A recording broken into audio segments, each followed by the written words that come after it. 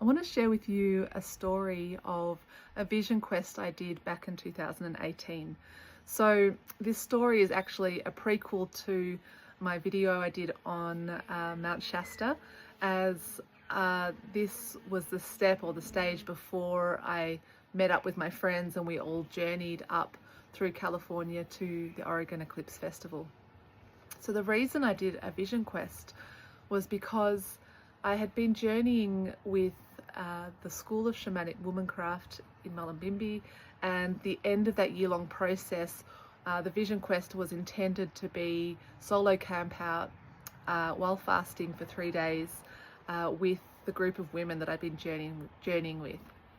And although I really wanted to take part in this, it kind of clashed with my travel plans. Like, I really wanted to go to this eclipse festival. I felt such a strong pulling, and I had a whole bunch of friends going. So I asked the facilitator of this program if I could do a self-guided vision quest. And she said that was fine. So I was able to record my experiences and share it with the group, which was really beautiful.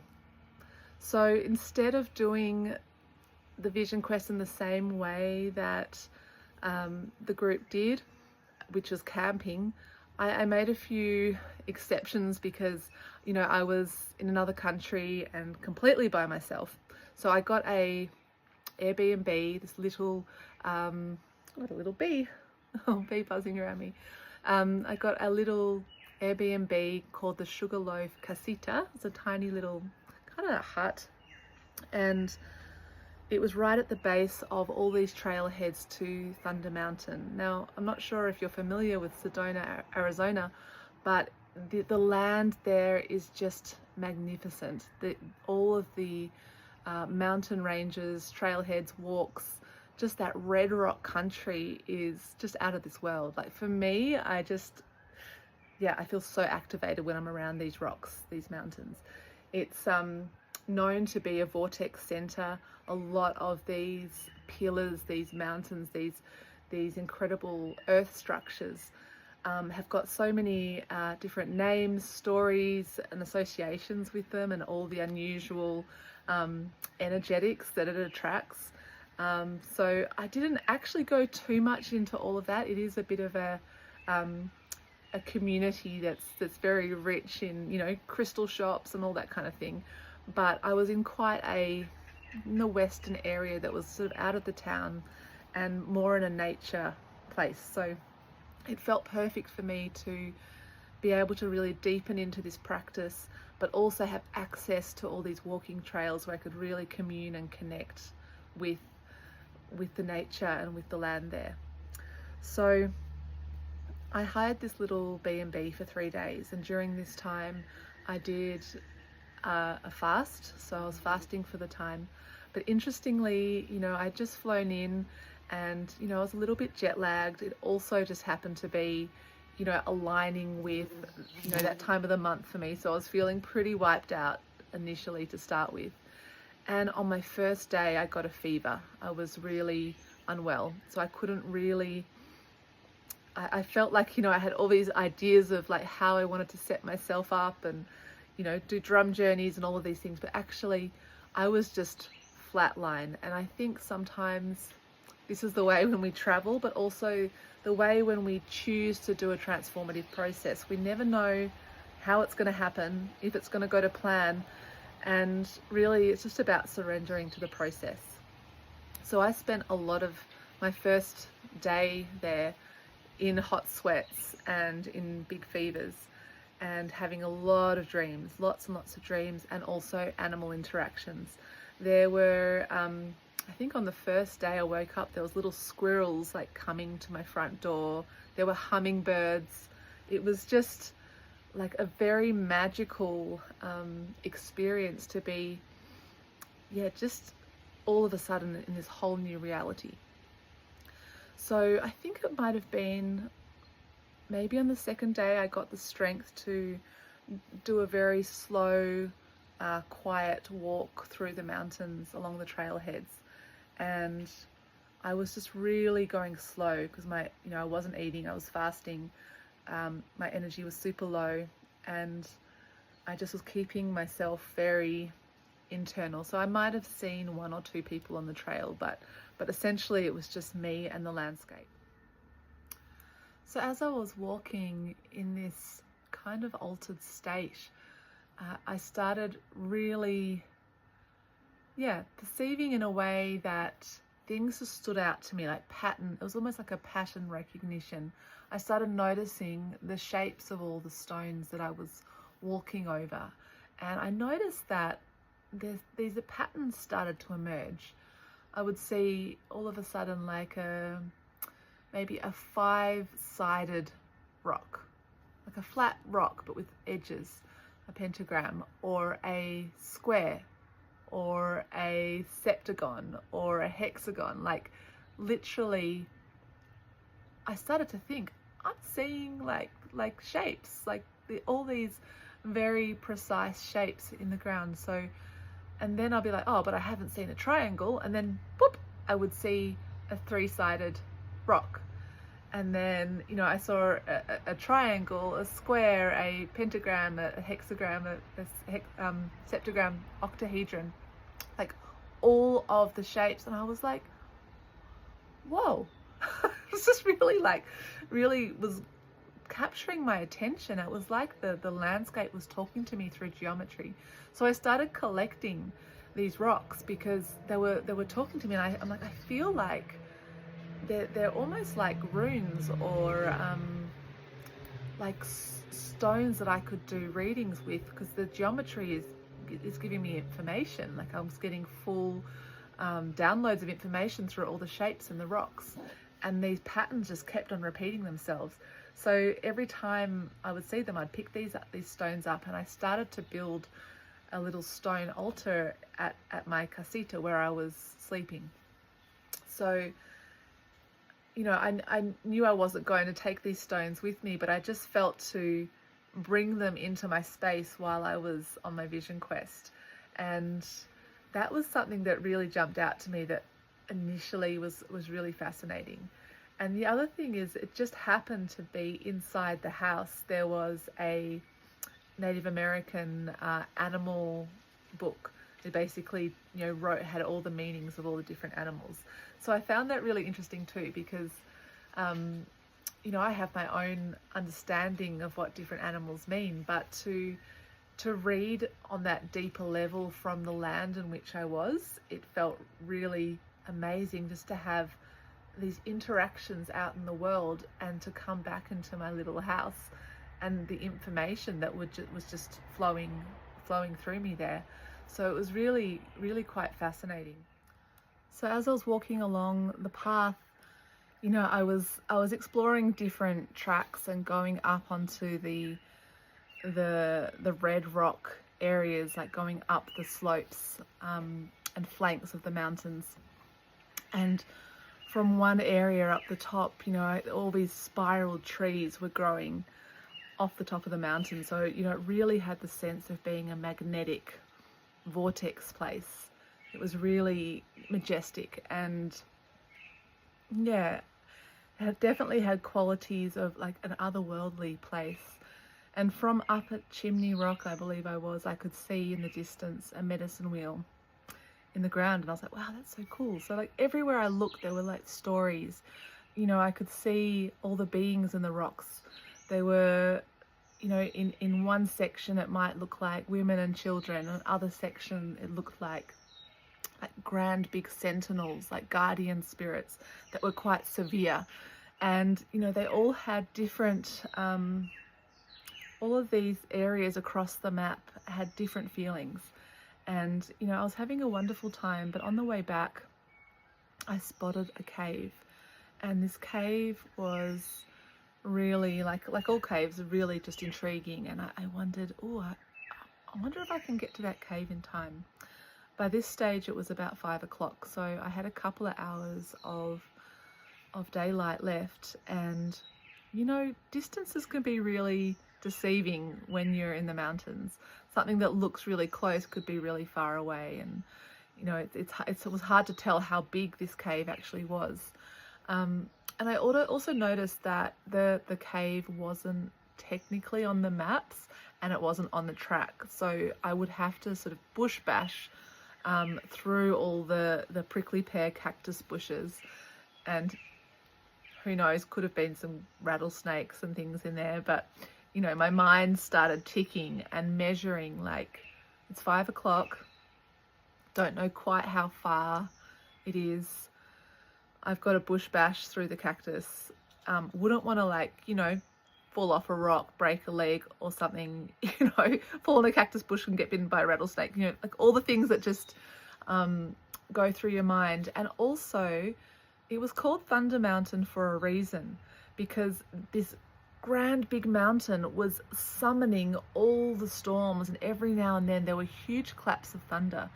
And I didn't really know this at the time, but it was really typical for the mornings to be quite beautiful, and then towards the afternoon the clouds started to roll in and the storms would roll in. And only just a few weeks beforehand, apparently a tourist had died exploring one of the trailheads, because what can happen is these storms can just come out of nowhere, and it's not just rain, it's like all the gullies and all the rocks funnel all of the rivulets of water to create quite torrential flows down through the valleys. So if you happen to be up a valley at the time of a storm, you know, you can be taken out by a flash flood. So that had just sort of popped into my awareness too.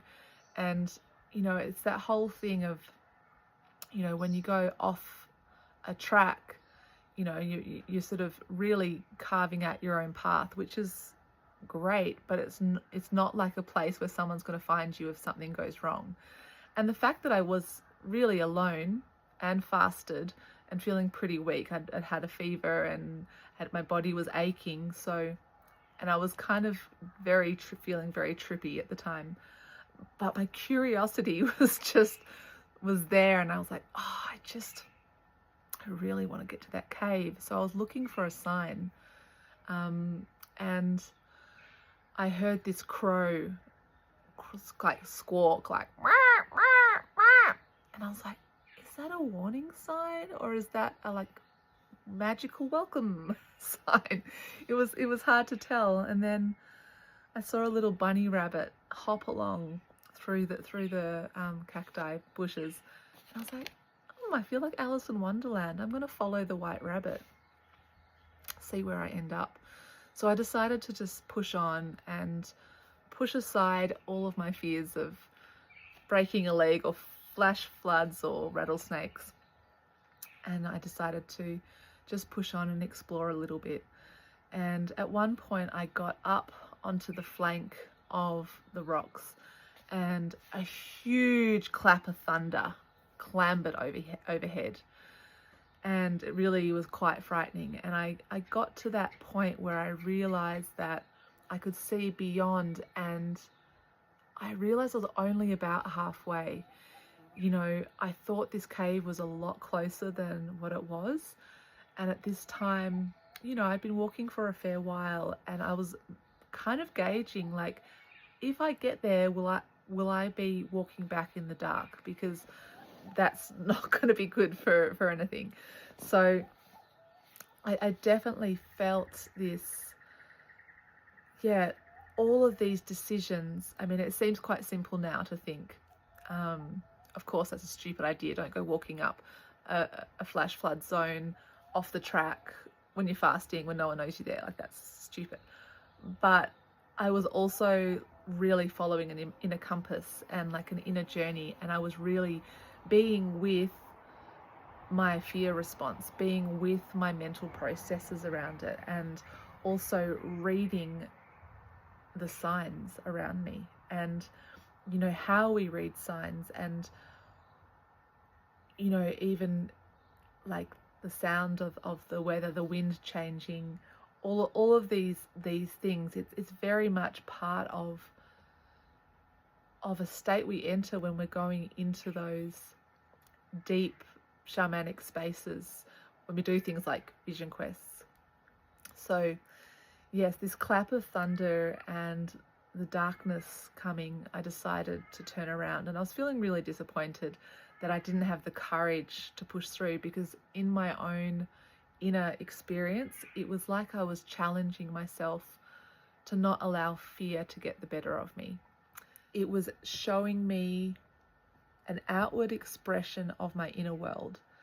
And always when I travel to sacred places around the earth, I'm aware of this, I feel this, but it really was such a deeply visceral experience while being in this vision quest fasted state, which was hyper lucid, to be engaging with the real elements of nature and the realities of the dangers that are out there in the bush, in the wild, but also the realities of feeling so held, so protected, so guided, and feeling so connected with the rocks, the animals, the guardian spirits of these mountains. You know, on one hand, I was being summoned forward. On another hand, I was being shown my own fear body. That when I went back to my casita, I read in the animal book that the rabbit actually was all about fear and how we navigate fear in our lives. It's interesting because for me, you know, when I saw the rabbit, I think Alice in Wonderland, I think, you know, fertility and, you know, springtime, abundance. But in this particular book, it was actually talking about how rabbits can be startled quite easily, which, you know, it fits with their nature. So it was interesting to be going on that walk, feel the edges of my fear and all the processes in my mind and all the thoughts that, you know, the different voices that inform our decisions. And then to come back and read that, it was like quite, you know, insightful. Nevertheless, I was going to get to that cave. I wanted to go and make an offering because I was leaving the next day. So I decided to get up really early and I was on a mission. I was decided. And just how I was saying before, how, you know, a vision quest really typically is like being in stillness, being like quiet enough to allow a vision to arise or insights to arise. So I was doing the process of sitting, of meditating. I was doing some audio drum journeys to take me into deep places as well. But I felt, even though this is not traditional as like it wasn't what maybe the other women were doing on their vision quests, but I felt the walking and communing with nature was actually showing me my inner world. So you can either sit and sort of be with your inner world, or you can be in a natural place and let the outer world inform you of what is happening in your inner world. So for me, where I was staying, my little casita, next to a mound called the Sugarloaf, you know, the Sugarloaf, even just its shape, it was like a loaf of bread. It kind of looked like a heart-shaped rock. It was a beautiful, rich red color. And it was right, the little casita was nestled right in next door, and it felt really sweet. It was a sweet little safe place for me to come and retreat to. And, you know, as I said, there were hummingbirds all around. It felt very light. It felt like a nurturing, safe place.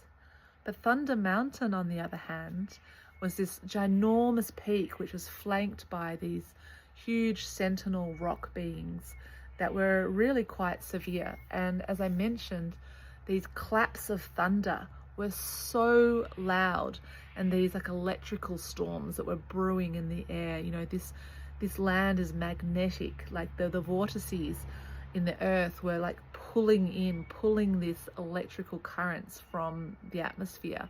So it was highly charged. And for me, walking and seeing this cave, which was in the shape of like a key, it was like a key shaped opening into this huge peak. And I realized in contemplating this mountain that this was the journey from my heart to my head. Thunder Mountain represented my mental space, the electrical currents that move through my skull, and the cave entrance was like the journey into the pineal gland, right at the center of the head, like the shape of it and everything. It really spoke to that. Whereas the little casita I was staying in, right next to this beautiful sugar loaf, felt very heart-centered. So yeah, I really loved knowing that the outer landscape was showing me my mental processes, because, you know, ultimately it's our mind and our thoughts that create our reality. And when it comes to fear, the only thing we really need to fear is our own mind out of control, because it's our mind that goes, what if da, da, da, da, da. What if I fall off a rock? What if I get bitten by a snake? What if, you know, all the thoughts that take you down the fear programs. So this journey for me, this last push to get from the heart into that central control panel of my mental sphere, was super symbolic for me to, do I have the courage to actually go to the place, to that central place right in the center here, to be able to bring the energy of the heart, the energy of a deep knowing of my oneness with all of life, and that I am being held and supported, and that just really guided by the land around me, by the rocks, by the elements, by the animals, by all the beings, these amazing sentinels that were in the earth. Just knowing that I am part of that nature, and I am safe, to be safe in the wild, and to bring that into that central place right in the center of the head of this thunder mountain. It felt really like an initiation for me. And I also love how, you know, I've got a background with Vajrayana's Buddhist teachings, which is all about the lightning path, because it's like that lightning strike that comes through the crown that initiates the manifestation process. But we still need to journey up the body, like bring that grounding and all the elements into, be filtered through the heart, to be able to walk the path up into this highly charged electrical center, where all our neurology, all of our impulses and currents of not only our own brains and nervous system wiring, but also our connection to the collective consciousness. You know, we are a great receptacle, just as the mountains are. These huge mountain beings are ultimately these crystal beings that are receiving these and drawing in these electrical currents, these electrical storms. So yeah, it was very visceral for me, this journey. And the next morning, it was a beautiful day. So there had been big thunderstorms at night, lots of rain. But the next day it was beautiful. And I just set off and I got to the cave. It did take a while. It was quite a, it was quite a rock hopping journey, cactus dodging journey. But when I got there, it was truly majestic. The cave itself had this huge, when I was sitting in the middle of it, a huge arch above me, this ginormous arch, like I was nestled into the center. And right at the center where I was making my offering,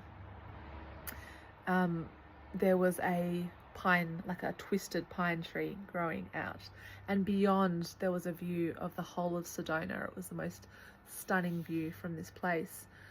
So I made it up there, I made my offerings, I made my prayers, I sat in meditation, not for long because the energy was really strong, but I just sat there long enough just to be like, I have brought the feeling of being centered in my heart space right into this central receptacle that is informing the whole body, the whole earth.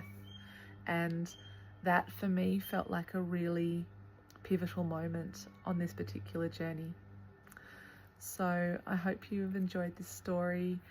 It's a little bit of insight into how we can interface with the world around us, and how we can allow our outer world to show us what's actually going on in our inner world.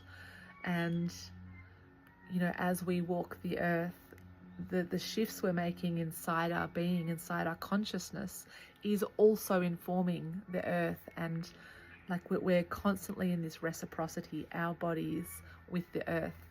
And it's such a beautiful communion to be able to walk this way with the earth. So I hope that inspires you to go take a walk out in nature somewhere beautiful and show your love and respect for the land. And we'll see you on the next story.